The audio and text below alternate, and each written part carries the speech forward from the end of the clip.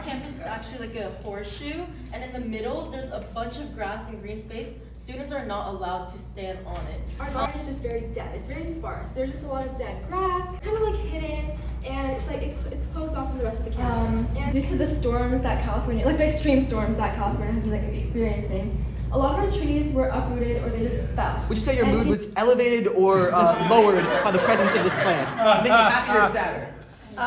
Definitely happier. And from the research from the Nature peer-reviewed journal, being in the presence of natural green wildlife actually boosts mood through the increase of serotonin in the bloodstream. The issue is that the greening is sort of pushed into one area. Yeah. You know, it doesn't really satisfy the district's reasoning behind the 30% goal if you just have one really densely green area and then the rest is sort of a barren concrete wasteland, which it is. An issue that we debated right on the head, and I'm so glad that you caught it, which is you can have greening, but a field can count for greening, an ag area can count because it is a natural space. So that's something that we kind of wrestled with, which is where do we put the biggest bang for our buck so that we can impact the most amount of students. And I think your project really captures that perfectly, which is it's greening, but for as many students as possible. So our plans to help this is to replant the trees, because right now they're just like plain patches, like they haven't replaced the trees yet, but like replacing them with more weather resistant ones because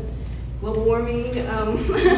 So our three favorites plants that we could use. We have the Calthea, corn plant, and Differentienbachia. Try and say that 5 times fast.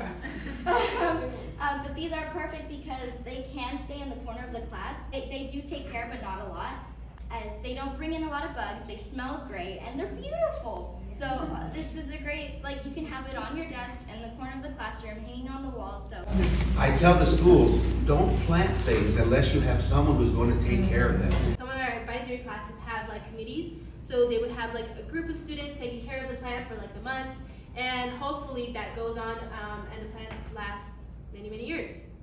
So what do you think are some things that students should probably learn about if they're going to be having plants? So we want to educate students as well to help out to increase the lifespan of the new indoor plants. As we know, plants can die very quickly. I don't think we all have green thumbs. We all have green shirts, but not green thumbs. And then finally, we want to pitch the idea to our pre-existing gardening club for extra help. Like we said, those students are already really interested. And according to our poll, there are a lot of students already really interested in gardening in general. So we have that availability at our school. We just want to implement it a little more. Also, a key thing here in the Valley that's a key selling point is more green equals less heat. First of all, these are really great presentations. I went to architecture school right out of high school, and we had to stand in front of people and make presentations about our designs. And you guys are operating at a college level. So take small ideas and big change can happen. But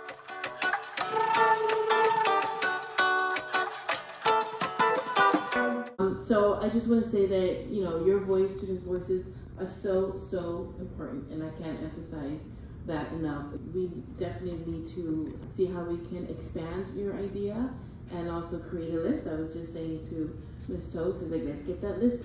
It is music to our ears. You came up with an incredible solution, and you went through all different steps to go through that exercise, which you've learned a lot.